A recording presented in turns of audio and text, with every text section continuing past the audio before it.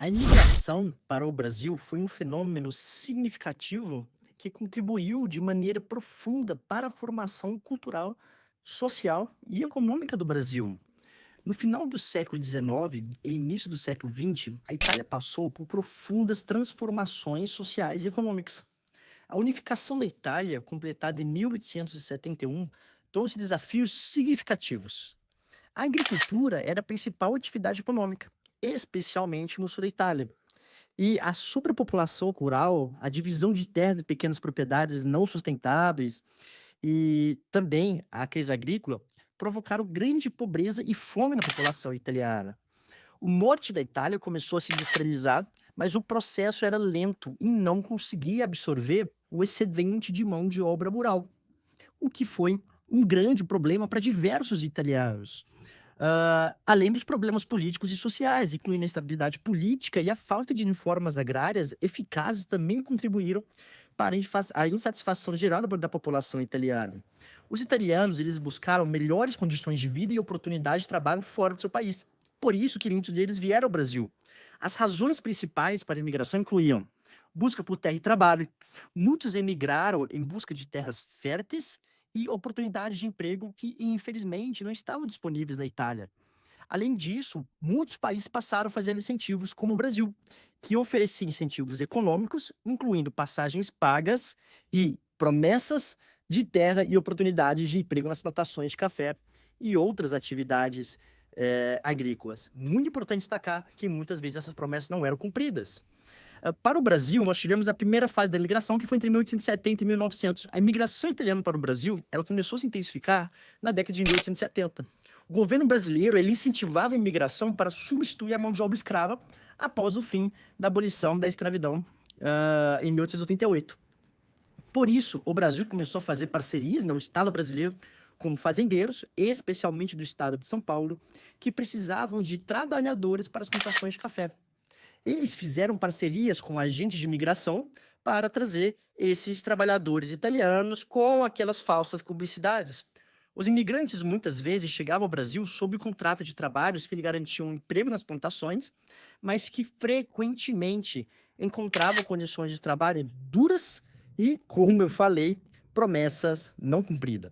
Nós tivemos a segunda fase, que foi em 1900 e 1930.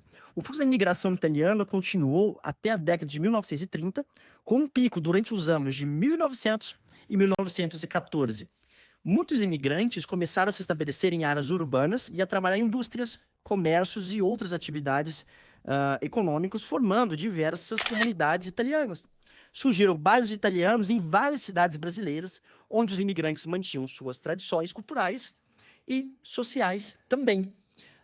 Falando nisso, o governo brasileiro, especialmente sob a presidência de Getúlio Vargas, na década de 1930, começou a restringir a imigração, promovendo uma política de nacionalização, que incentivava a assimilação dos imigrantes à cultura brasileira, deixando as suas culturas originárias. Os imigrantes italianos vieram principalmente de regiões do norte da Itália, como Vêneto, Lombardia e Piemonte, e em menor número no sul, como a Calabria e também a Sicília. Essas regiões enfrentavam problemas agrários e econômicos significativos, motivando a vinda deles ao Brasil. E muitos deles, né, vinham, né, chegavam aqui, partiam, né, dos principais portos italianos, que se localizavam em Gênova, Nápoles e Palermo. Essa informação é importante para sua pesquisa. A maioria dos imigrantes, eles embarcavam aqui no Brasil, no Porto de Santos e em São Paulo, que era a principal porta de entrada para o Sudeste aqui no Brasil. Mas tivemos outros postos importantes também, como do Rio de Janeiro, em menor escala, portos no Sul, como em Porto Alegre, e também em Florianópolis. E as viagens transatlânticas, elas eram longas e difíceis. Os imigrantes, eles viajavam em navios a vapor e as condições a bordo frequentemente eram extremamente precárias, com superlotação e falta de higiene. A travessia do Atlântico podia durar várias semanas, dependendo das condições do mar e também das condições ali do navio. Ao chegarem ao Brasil, muitos desses imigrantes italianos eles foram encaminhados para hospedarias, como, por exemplo, a hospedaria dos imigrantes em São Paulo, aonde eles passavam por processos de triagem e a alocação de trabalho. As hospedarias dos imigrantes eram muito importantes, tá? Se você está aí procurando documentos obrigatórios para a sua cidadania. Este foi um dos principais pontos de recepção para os imigrantes, oferecendo acomodação temporária e auxiliando na colocação em empregos nas fazendas de café.